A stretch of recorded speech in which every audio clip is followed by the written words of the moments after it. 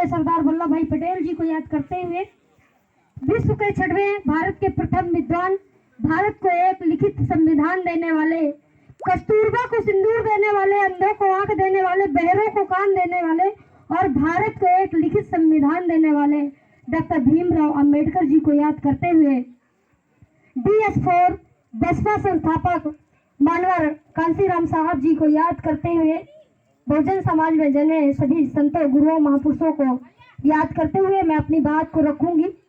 क्योंकि आज के इस कार्यक्रम में मैं अपने ड्रेस में नहीं थी तो बहुत सारे लोग मुझे पहचान नहीं पाए। मेरे सामने आदर्श जी बैठे हैं, मैंने कई इनके कार्यक्रम में मैंने शिरकत की है और वो पहचान नहीं पाए क्योंकि मेरा ड्रेस ही आज अलग था। और मैं सभी का लड़की पक्ष की तरफ से मैं आप लोगों का सभी का सम्मान करते हुए स्वागत बंदन अभिनंदन करती हूँ। आज एक बात सोचने की है कि आज हमारा अगर बच्चा, आज हम जो बारात लेके जा पा रहे हैं, आज हमारा बच्चा अगर घोड़ी पर चढ़ करके और किसी के दरवाजे पर पहुंच पा रहे हैं तो ये किसी की देन नहीं है, न किसी मंदिर की देन है, न किसी मस्जिद की देन है, ये सिर्फ संविधान की देन है और बाबा साहब की देन है। हमें बाबा साहब को भूलना नहीं चाहिए, उनके बताए हुए प्रतिज्ञाओं को नहीं भूलना चाहिए। वो उनकी जो 22 प्रतिज्ञाएं थी उनको हमें याद करते रहना चाहिए। मैं तो आज देखी कि मुझे बहुत पहले देखी कि यहाँ भंते जी हैं, मुझे बहुत अच्छा लगा, लेकिन बाद में मेरा मन निराश हो गया कि भंते जी खुद डांस कर रहे हैं और मुझे बहुत बुरा लगा। क्योंकि भंते जी का जो काम है वो कुछ अलग रहता है समाज में।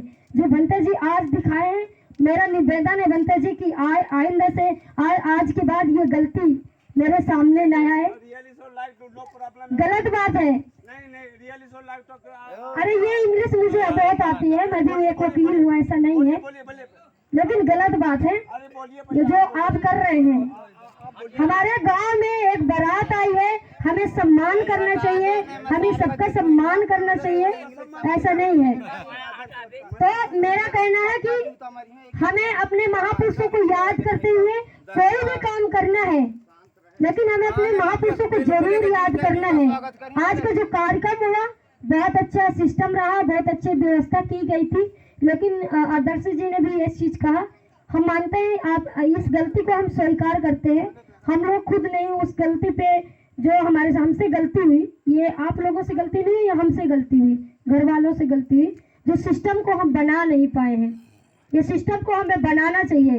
जैसे बाबा साहब कहते थे कि अगर भूखों को रोटी खिलाना अगर बगावत है, अगर गरीबों को हक को दिलाना अगर बगावत है, अगर भूखों को रोटी खिलाना अगर बगावत है, तो हाँ, बाकी नाम है हमारा, बगावत काम है हमारा, मिटा दो जुल्म की हस्ती, यही पैगाम है मेरा, यही पैगाम है मेरा। ये रुतबा मेरे सर को तेरे संविधान से मिला है, ये रुतबा मेरे सर को तेरे संविधान से मिला है, औरों को जो मिला है वो मुकद्दर से मिला है, हमें तो मुकद्दर भी तेरे संविधान से मिला है, तेरे संविधान से मिला है। मैं ये शब्द क्यों बोल रही हूँ?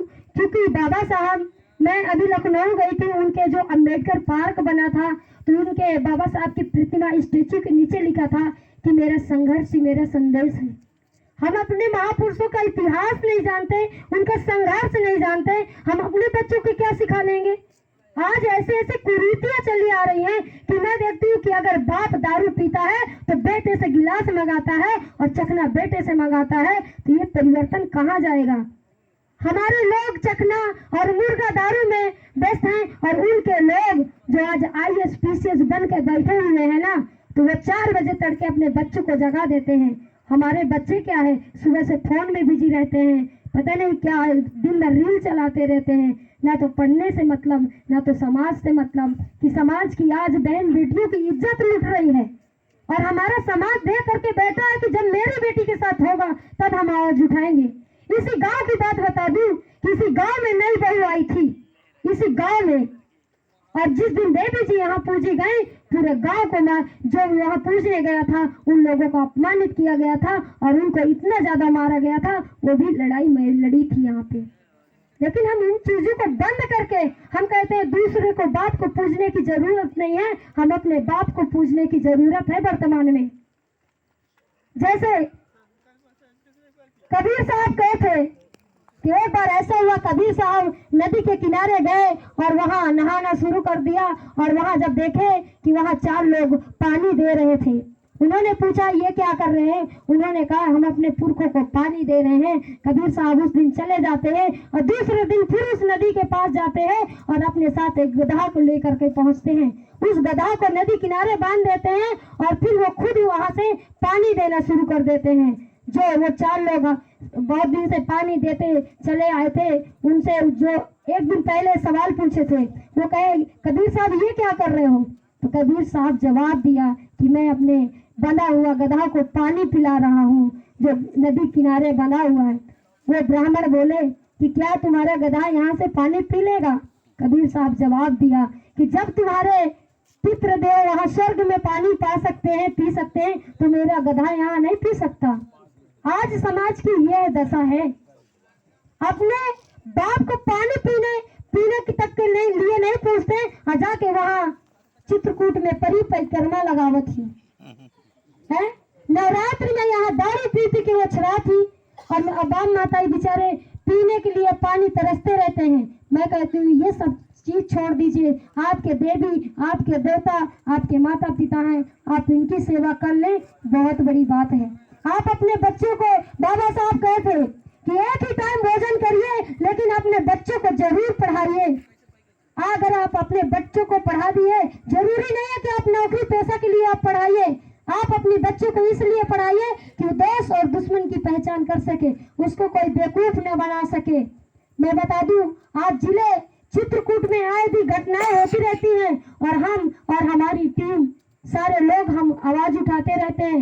आज मैं एक जंगल इलाके की लड़की हूँ, आज वकील बनकर के खड़ी हूँ, आज जिला पंचायत बनकर के खड़ी हूँ। ये सिर्फ शिक्षा की देन है, संविधान की देन है और किसी मंदिर और मस्जिद की देन नहीं है।